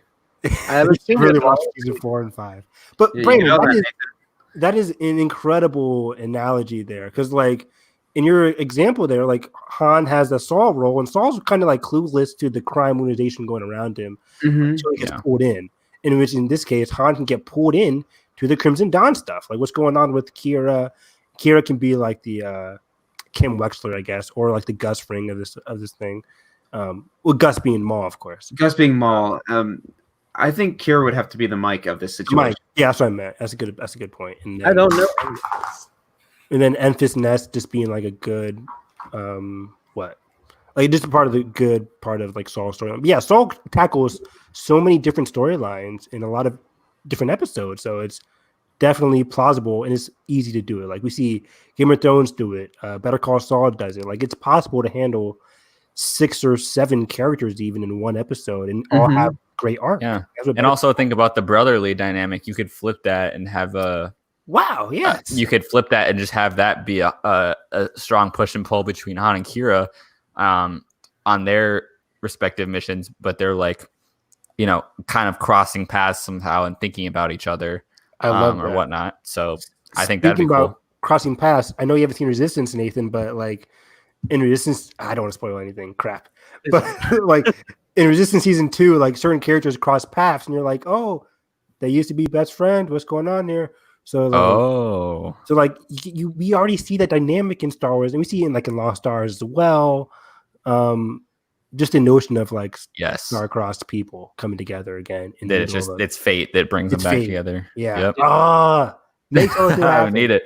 Like, there's so many possibilities. Like, we have a Leslie Headland show coming around, maybe an Ahsoka show coming around, but it's like, make Solo 2 happen is definitely possible, especially with all the there's 24K interactions on Twitter. Yeah. Like, it was #1 trending on Monday. I'm so happy. I mean, we have to reference the Resistance broadcast. Like, they started this whole thing. This is where we got the shirts from. I just think that just the positivity around it, and also just like how good the cast is for all these characters, how remarkable it was that we got someone playing arguably one of the most iconic characters of all time, not just in Star Wars, but making it his own, but making it transferable to Harrison's performance is just I just think it just needs more recognition, and I think that I would just love to see him portray the character again. It's so rare. I can only other example I can really think off the top of my head is with Chris Pine in Star Trek. He's a fantastic captain. Yeah, he's great. Yeah, it's fantastic, and he didn't he didn't do a stuttery speech or anything to mimic. He made his own, and it worked. I'm the captain. Oh, we need a captain. You have one. Oh, Star Trek 2009 is JJ's masterpiece. JJ, where did you go? What happened, man? Oh, writers. I'm gonna watch that tonight. That's my movie, man. And also one of the best trailers of all time. Yeah. Did you guys see kind of Sam Witwer's "Make Solo 2 Happen" tweet? No. What was he saying? The same guy who killed Obi-Wan's girlfriend stole Han Solo's girlfriend. Yes. Maul gets around, man. That's hilarious. Oh man. I mean, and definitely speaking from the Marvel perspective, they're creating TV shows for B-list characters in terms of Loki, Scarlet Witch, Vision. Loki is very yeah. You can do a Star Wars show for a B-list movie. I mean, Solo, it was not a saga movie. I mean, that's where Disney Plus strives in, not lower tier content, but just stuff that you don't need to see in the movies in a sense. So yeah, and I think it would be even more successful on streaming rather than going theatrical. Yeah. Oh, definitely. And like Carson said, week to week, increased engagement. People already liked Solo. It was a fun adventure. I think especially you'll get plenty of engagement. I mean, whether they go, however the route they go, I think especially if, in the Han stuff, you'll get more engagement when you see characters pop up everything with Falcon, Han, Chewie, Empire, all that stuff, Jabba stuff. Yeah. You'll definitely catch old school fans as well. Exactly. Say hey, we're going back to Jabba's palace, which we haven't seen since 1983. Come on, that'd be so cool. Even I'm not into all that connection stuff, but if it works, it works for Solo. He was going there at the end of Solo too, or at the end of Solo. So, any particular directors that you guys want to see come back / direct an episode for this? Great question. Someone pointed out the idea of having Bryce Dallas Howard tackle something for Solo. That would be cool. That would be pretty cool. Not gonna lie. I was having to connect in my head as you were saying. You're oh, right. Just have a whole Disney Gallery Legacy episode. I can see. I don't think John Kaz. I think John will be mainly writing for the series, or he could be. Yeah. I don't know if he'll be showrunner, but I mean, John Kasdan also I remember he tweeted out he had a whole list of all these what they're called syndicates and factions. Right. The threads after what they would kind of the dynamics would be. So you can have John in there. Maybe I would hope. Yeah. If you carry over any existing Mando directors, I think what shines to mind, if they would pull some Jabba heist stuff, I really think Rick Famuyiwa would kick it out of the park after seeing his episode 6. Rick should do everything Star Wars related. Yeah, I would love. I love Rick. Not just after even episode 6, just episode 2 right off the bat. It's just 2's great. I'm primarily his whole heist episode 6. Oh yeah, 100%. Yeah, I'm trying to think. This is a absolute probably never going to happen. Didn't Guillermo del Toro pitch a Jabba movie or something? Am I absolutely crazy? He did. I don't know if he did. Do you remember seeing that? I swear this was a thing. Around. Yeah. Yeah. But if Guillermo del Toro directed an episode, it would never happen. But I would just love to see his sensibility on Star Wars. Like that'd be insane. Like he's too A-list for it to happen. But I don't know. I would love if you could get somebody who works in like the realm of gangster mob type stuff to tackle the Jabba aspects. I think that would be really great to explore. Yes. And we're already getting like Rodriguez for Mando season 2. So I just think that man's great at Western stuff. Yeah. I think this would be more heavily leaned on the crime kind of mob thing versus a Western. Of course, it would have its influences because of the actual movie and how that kind of feels. Yeah, but I mean, I never felt like the first movie was even a Western. I mean, I guess the end like of visually kind of, but like not. I don't think necessarily. You talking about Solo? Yeah, because I remember in the press they kept talking about how it was a Western. I'm like, is it? I feel like it's more. I mean, it has like some Western-esque shots, but it's primarily heist-driven. A heist, yes, exactly. Yes. Yeah. But I do feel like when you get to like the sands of Tatooine and the different scoundrels, that's when it gets more Western. That's when it gets really when he cocks his gun when he's fighting Enfist. Yeah, I can see it. So I mean, I made like a fan poster of just like his hand over his blaster. I love that shot. It's so well shot. Yeah. Yeah. Oh, speaking of well shot, Bradford Young should come back for the show. Ooh, Sean was mentioning that too. I don't know if Sean's there. Yeah, he would mention that. And they all filmed it on a soundstage. Amazing. Using the volume. Let's go. No, but give me Bradford Young back on. I would hope you want to come back to Star Wars. I know he's probably signed on to, probably 2 different big projects already. I hope so. I haven't heard much about. I haven't heard anything since. Yeah, I just check his Solo. He did Arrival, then he did Solo. Best movie of all time. Yeah, let's go. I'd Arrival. love for them to get all back for the score.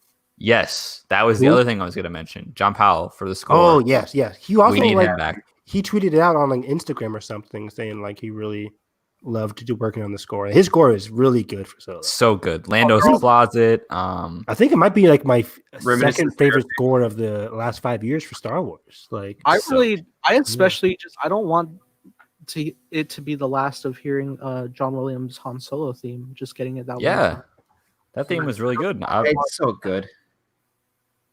I love John Powell's opening. I think it's the opening when he's just in the speeder. It's so good. So good. And then you see the dice and that whole sequence is incredible. And the dun dun dun dun. dun. Yes. Mm-hmm. Yeah, and it cuts to like the flashing Solo marquee. Yep. Love it. And I don't have my Make Solo 2 happen shirt right now, but I like every podcast I got my dice. You got your dice. You got good luck charm. Did you guys see Jonas Sotomo was like 100% on board? Yeah, he did the Resistance broadcast, which is awesome. Yeah, that was awesome. He was like, I don't have that, but I will jump aboard immediately. That's really cool. And it's such a sucky thought to think. Like, you're right. This wouldn't get more Jonas Chewie. Yeah, that's what I was just about to ask. Yeah. Do you think they have anything lined up for him as Chewie, or do you think? I don't think so. Maybe animation stuff. Or just little video. I don't know. I don't know if it's good. That man can just like on the spot do Wookiee noises. Like he it's doesn't. Great. Guys. He's a perfect Chewie. Yeah. I mean, just to see him again, that would be the number one reason to see Make Solo 2 happen. Absolutely. Yeah, I need Jonas back, and I need his kid to do a cameo by the time they make it, because he'll be old enough. Cool. What is his name? His daughter's name is Baka, right? Whoa, is it? Is it? I don't. Maybe. You better fact check yourself. I think that's a curse word or something. No, Baka in Japanese, like Baka. It means like stupid. Baka. Isn't that okay? Yeah, fact check that. Oh my god. Oh wait, Nathan said that. But yeah, I love the movie. I didn't watch all of it on Monday, but I watched parts of it and it was really fun. So you're right. It is Baka. It is Baka. Okay. Wow. Beautiful. That's a name. That's But, what do you say? She could just be It's me. Becca. No, go. What was the thing you were saying? Hey, it beats XAE-12. Oh my god. I think you glitched the podcast. Some into virus. I was just saying, Nathan. Like I watched parts of Solo on Monday. I didn't watch all of it. Oh, okay. You didn't pull an Empire. I didn't pull an Empire on that one. I was busy, but yeah, I watched like mainly the third act, the part where he like flies in and talks to Enfys, and then the whole Kira scene and all that stuff. And Oh, the Kira, when she's flying away. the way they look at each other and Chewie puts his hand on his shoulder, I'm like, oh, my heart every time. The way I had to tweet that out from our account on that It's day. the best shot of the movie, easily. Best thing of the movie. people always get like, oh, why would Maul like ignite his lightsaber? Just it's so worth it for the shot of seeing Maul's lightsaber in Kira's eyes of just like it hits so hard. Her line in the elevator, if everyone serves somebody, like she is stuck, and it's so tragic. Yeah. It just, oh my god, it just hits me every time. There is no out. It's God. Need to know what happens. And you know, a lot of people also like the whole movement also vibes that like you can continue it in different mediums also, like whether it is through comics or stuff. And Yeah, whatever I can take from it. If it's a novel series, like a series of novels, I would love that too. I don't. I mean, preferably the series. But yeah, preferably. Yeah, I would take a trilogy of novels in a heartbeat, though. Like that if would it's- be incredible. You know, Evan, actually, like Kira mixed with Mike again. It's like you said, there's no out. Like once you're in, you're in. There's no. It's another kind of thing of Mike. Like Mike tried getting out. Mike and Nacho. Mike too. not Yeah. Nacho, hell, The man Nacho. even Walt tried getting out for a while after being done. He got pulled right back in. And then he really got in. Yeah. yeah, and it's like the end. There's like, does Kira ever get out? It's like we don't know. It's just, I really hope she doesn't die. She doesn't deserve to. yeah, I want happy It's ending horrible. for her. No. Oh man. These characters are so good. ending, please. Exactly. We need a hopeful ending in Star Wars. Come on, guys. But yeah, no, it's definitely fun. I don't want to spend too much further time because I did have one more fun topic of discussion. This is in regard to the rumor mill. That's fun, but at least it's not a Mando casting. goodness. Nathan has been cast in Mando season 2. Yeah. I was talking to my agent, you know. No, but this it was floating around that there's potentially 2 animated series being developed, one in the form of a 3D animation, one in the form of a 2D. And I wanted to pose off to you guys, what do you guys not just make this, but what would you guys want to see in these different mediums? Is this not including the Rebel sequel spinoff? Yeah, Not including. Give me Okay. my Resistance spinoff with Kaz doing like random stuff, like a little Straight bit up for not Resistance. Recast Christopher Sean, make it happen. Yes. One of them is, I think the 3D one is set between The Force Awakens and Return of the Jedi, somewhere in there. Now I don't want to sound like an idiot here, but 3D is like what the Clone Wars had, right? Yeah, 3D animation Yes. Clone Wars. Yes. Yeah. 2 would be like the animated version of Clone Wars, perhaps like 2003. Or The the prior Samurai one. Jack one. Okay. I think before the. before go I ahead. jump into big stuff, like for 2D, I would love if they somehow were to take the Galaxy of Adventures style 2D and like amp that up into a half hour. Wow. Please. Like Star Wars anime for sure. That would be Oh, yeah. insane. Make it happen. Actually, today they dropped. I guess it was part 2 of 4. They're still doing the 40th anniversary Empire special. Today they had dropped a episode for Luke training on Dagobah, so that was fun. Oh, I gotta watch that. I gotta watch that too. The battle Yeah, I would of love Hoth that. is so good. All right, Battle Hoth, and it's still the Euloran narrator. Mhm. Awesome. But yeah, I think that the 3D one is gonna be. I think fans have been speculating now for some time that just there's so much untapped potential of that era post Return of the Jedi. Obviously, we're digging it a little bit into Mando, but just like with bigger stuff and that's even outside of the Rebels sequel. Yeah. That I think there's so much potential, especially with establishing like First Order stuff. Like I love Bloodline as a novel because we kind of get like the hints of the Empire never dying and what that looks like in like kind of a New Republic rising, but really never fully rising because it was fractured from the start, that people were already reforming and already formed to form that evil once again. I think there's a lot of stuff you can do with that. And of course, me, I'm going to petition to see Luke and Ben in animation. That's mine as well. That's my dream. And I think there's a way you do it that you don't like over characterize that period, but I think it's important to Ben's character and honestly Luke's character of before that kind of that moment we see in The Last Jedi, that I think it's got to happen. And I think animation is probably the best way to portray it. It's so interesting, right? Because I think the Rebel sequel, you mentioned it, Carson, like I think Rebel sequel would be in that era as well, of course. Yeah. Are we going to have two shows concurrently in the same time period? That's never happened. See, yeah, that's what I'm kind of also confused That's really about. iffy. So this whole news announcement is really scratching my head because I figured the Rebel sequel show can handle 1 or 2 seasons. First season, save Ezra. Second season, they can do something. Maybe Luke can meet Ahsoka in the Rebel sequel show. That'd be cool. So then, what would be the point of having a whole separate series with Luke? Like just Luke going on an adventure, maybe? It could be broken apart a few bits. Like I feel like to differentiate, you may like have with Ahsoka and Sabine's Rebel sequel, maybe like have still like the fraction of Empire look that we see in Mando, but then with the Luke and Ben series, you see more like First Order Rise Up type looking stuff. Yeah. So I would even love. Yeah. I would even love if it get. Oh, sorry. Go ahead. Yes, it's in the Rise of Kylo Ren. I think like when Ben visits Snoke, Snoke is having a transmission with Hux's father. Mm-hmm. Yes. I think that'd be a cool type thing to see as well. Maybe just like Hux's father in like the command ranks. Is it Hux's father or is it Hux? No, it's Hux's father. It's like I'm pretty sure Hux. What's his name? Armitage, or is that Hux? No, Armitage is like the Hux we know. Yeah. But his father, I think it's someone A maybe. I'm not sure. Yeah.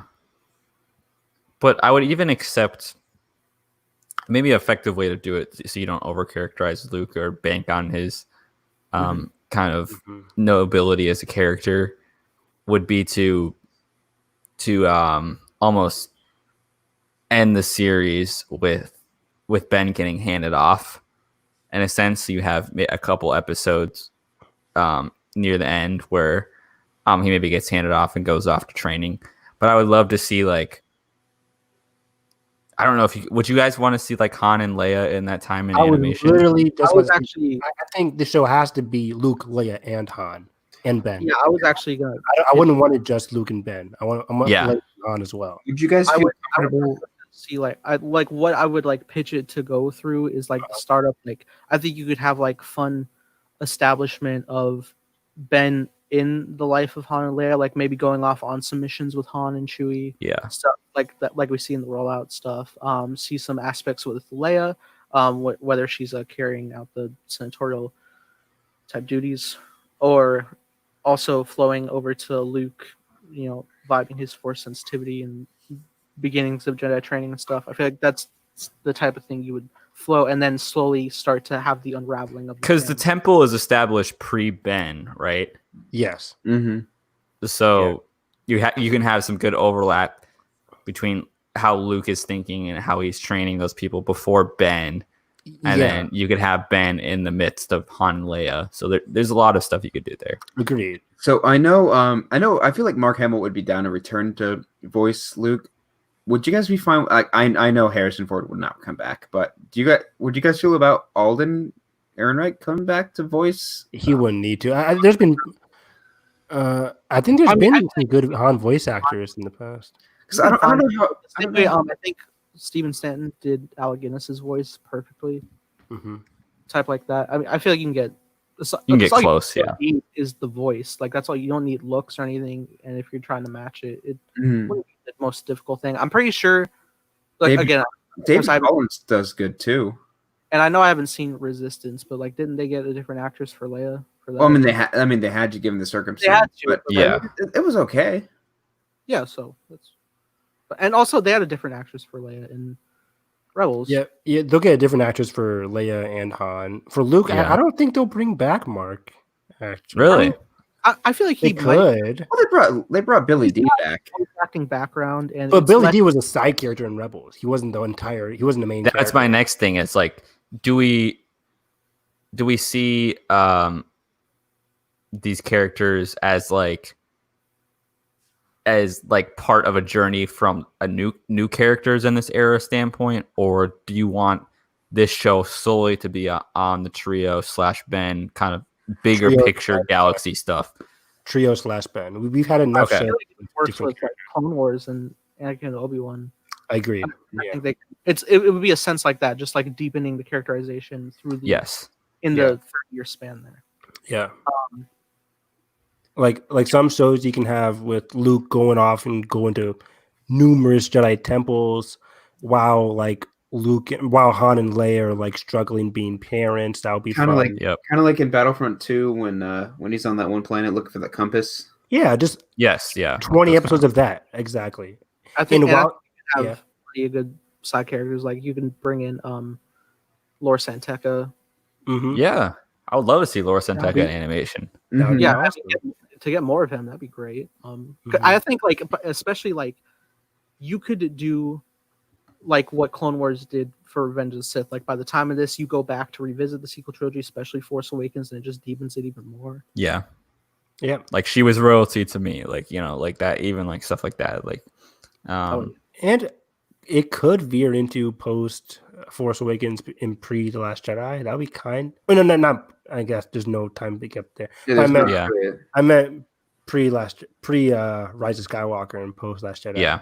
We could If get. it does follow primarily Ben as the main character, would you want it to do what Clone Wars did and stop before you see the turn, or do you want to go into the turn?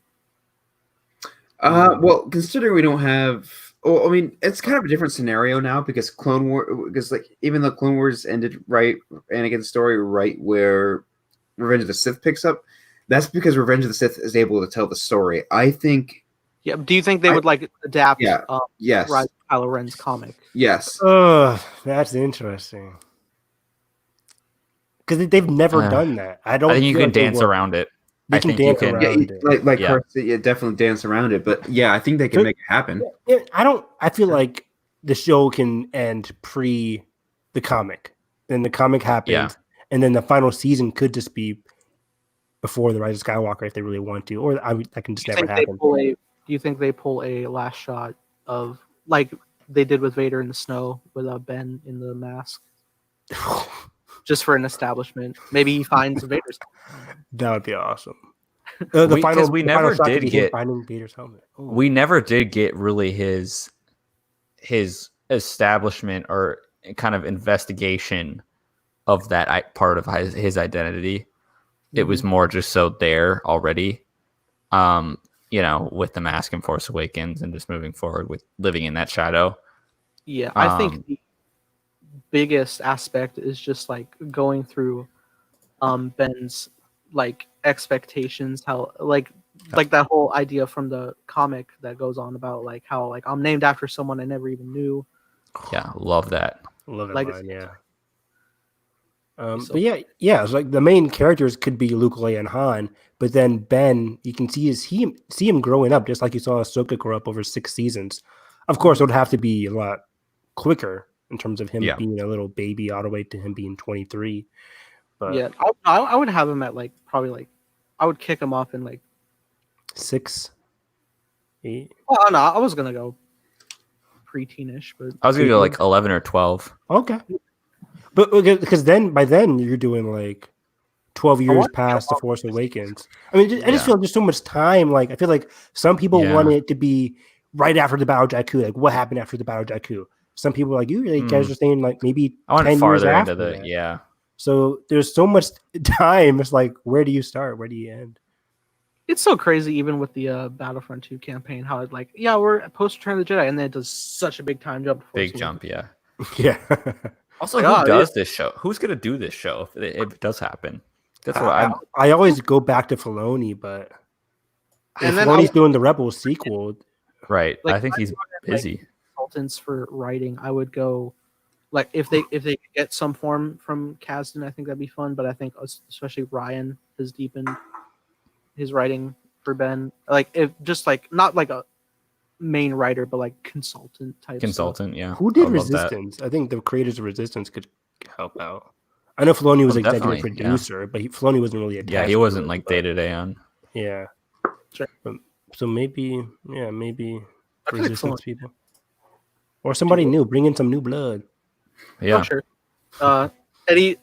Any known animations around you guys can think of that would work great? The people, Aaron something, I forget his last name, but Aaron something, he wrote and directed a lot of, sorry, he wrote and directed a lot of Last Airbender episodes. And I haven't seen And him obviously around. probably a connection to Dave because Dave worked. Exactly. Dude, I'm gonna look rewatching him up right now. seeing so much stuff. I'm just like, it's so Clone Wars. Some stuff. Aaron Ehas. Yep. He did Dragon Prince 2 on Netflix, so he's still working.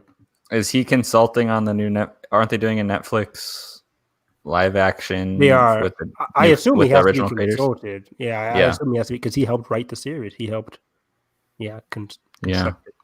So maybe he's doing Dragon Prince on Netflix, which is very popular. So he's still in the game. So he could come back to Lucasfilm. That would be huge news. But yeah, that's just the 3D stuff. What's going on with this 2D? What do you guys think the 2D could be about? Or are you guys just saying? I think it could be a smaller project in terms of like a YouTube thing, maybe. And they've done. I wouldn't. Every time they do 2D, it's smaller. Like they've done Forces of Destiny and Galaxy Adventures, and it's always short. Like, but I feel like 3D takes way more time than 2D. That's what I'm thinking too. Like, because like my girlfriend, I think she's watching it right now. Actually, she's an animator, and like 2D animation, hand drawn animation is kind of tough. But when you have a crew, it's honestly it's like clockwork. Like 3D animation takes a while because you have to pixelate everything. You have to make sure it's like with Pixar. You have to make sure everything's moving fluently. Yeah, 2D animation just works better, and I wish they would make it more mainstream. You know, mainstream just again. like extended episodes. Like all these animes are great because they're still 2D hand drawn animation with just like minor 3D animation put in it. Like, you got that right. Yeah. I've been watching My Hero Academia lately, and I'm just blown away from the animation in it. Just like, it's just so well done. They could if My Hero could do it, Samurai Jack can do it. Yeah, 2003 Clone Wars can do it. They could you're easily so right. They could easily make a series. How have they not made? Now that I'm like, now you got me all fired up about this. Like, how have they not made how they not made a series in this vein of that animation style, like full length, like. I think it's Tarkovsky that did. It is. Yeah, that style is incredible. Yeah, and it was. I think it was a pretty big success when they did bring Samurai Jack back.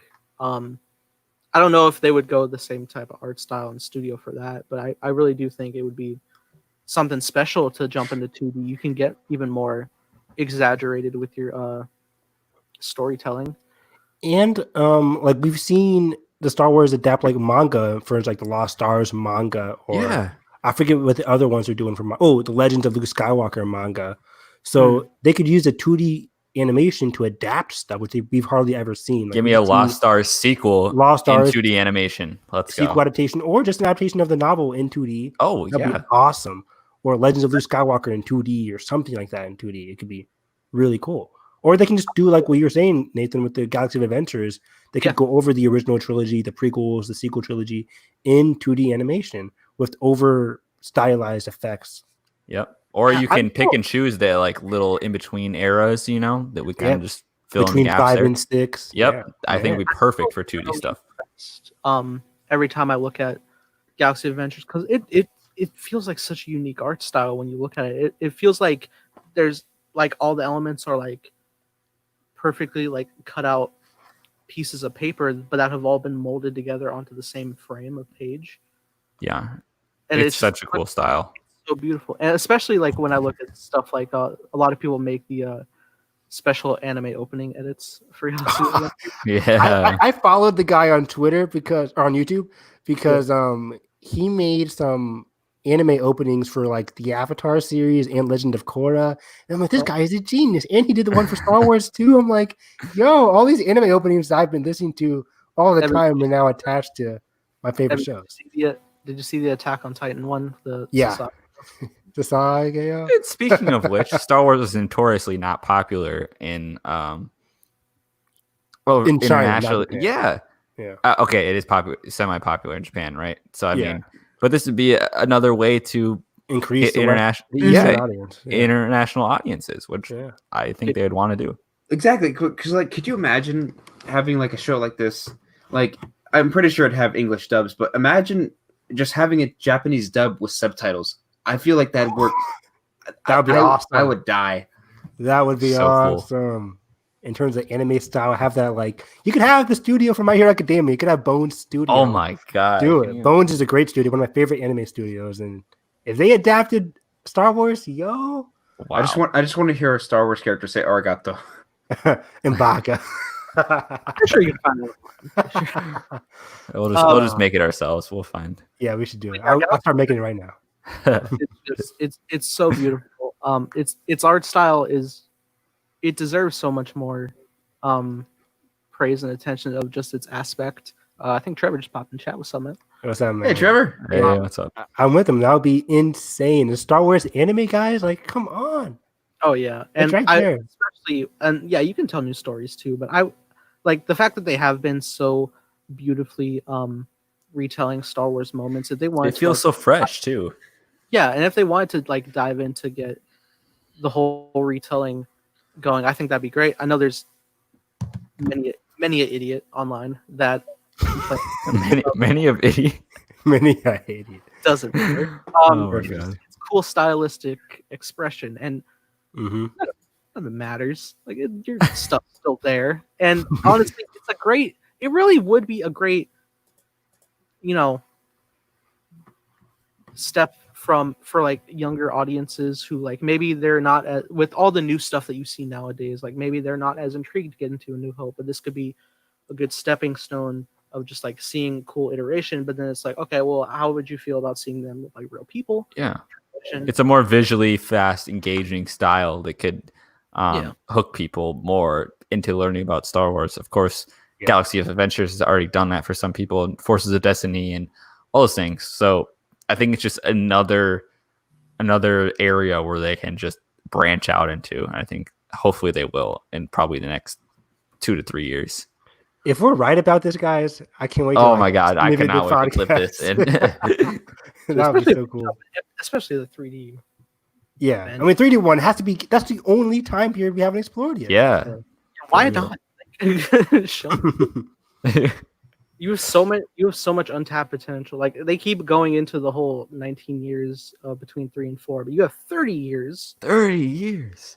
6 and 7. Like get on that.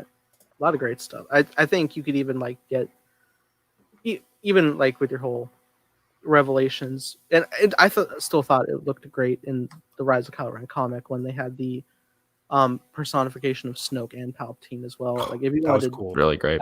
into that, give more meaning to it, by all means. Like if you can take, and it's effectively what a lot of people say Clone Wars did, you could take that medium and improve this base story that you have with your set films already. They did that with the sequel trilogy. However the feeling goes, I think that'd be great. Nathan, do you have a green pen? Yeah, this entire stream, I was like, wait, hold up. This entire stream, you were flashing it around, and like Trevor just finally made a point about it. I meant to ask earlier, you're just like flashing it around. I'm like, wait, That's what? awesome. She's part of the Falcon now. I was like, look at it. Ah. That's really funny. But yeah, animation. Yeah. The future of Star Wars rests in animation. I'm down. Yes, and VR probably. And VR. Crazy VR. But yeah, that would about cover all topics, and we are about to hit the hour 45. So that is about our Crazy. We've We done did it pretty again, good. guys. Wait. slow wait. time. Slow news. One last tiny Oh, little no. thing. Oh no. No. First Order troopers in Disney Springs. No. They're good.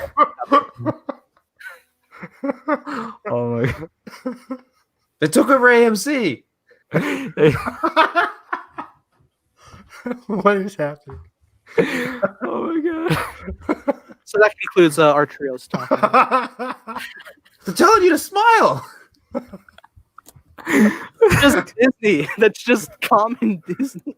Troopers are at a location, guys. Oh. They're on location. They're telling people to smile. I love it. The empathy we need in today's world. Good God. The 2D animation we truly need. This is our stepping stone back to the 2D animation age of Disney. Oh my gosh. It's what Walt would want, guys. Walt. The OG creator. It's frozen head in the freezer somewhere.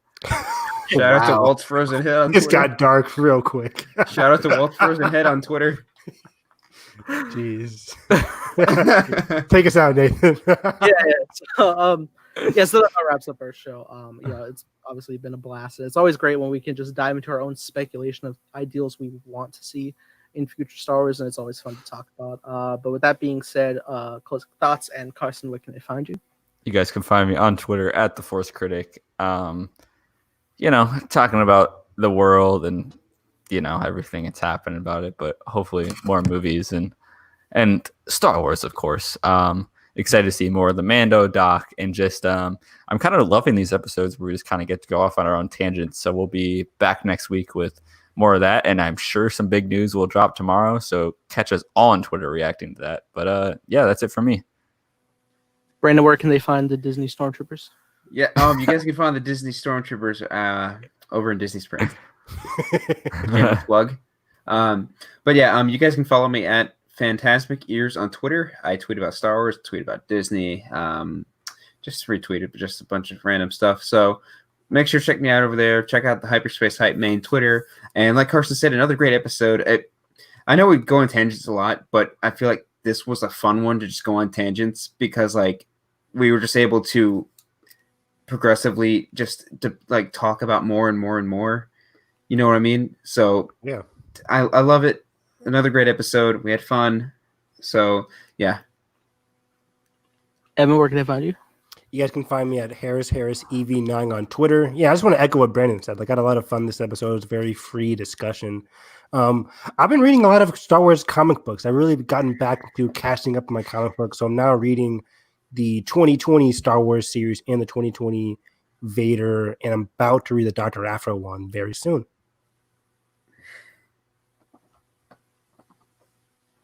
That's it. Nathan? Yes. Oh, yeah. See, Nathan deep down's What on are you board. doing? What are you Nathan's doing? deep down on board. Your boy's a shill. Do you just have that next to you at all times? You guys can find me being a shill anywhere and everywhere. In links, Especially Disney Springs. not right now, man. There's a pandemic. But, There's a man. Your R2 hat will save it, though. maybe someday we'll make it about to all of us. Biggest collab in history of the world. But yeah, as always, you guys can catch all of our social media in links in the description below, and you can catch us here every Thursday to Friday morning-ish, central time frame in the wee hours of the night. But with that being said, this was a fun one. Can't wait to see what news drops tomorrow as normal. Can't wait for the Mando doc and all the things to discuss next week. Here's hoping we make it another week without a Mando casting reveal. And with that being said, if you did enjoy this podcast, hit the like button, subscribe if not already. That being said, hope you have a great day. May the Force be with you always.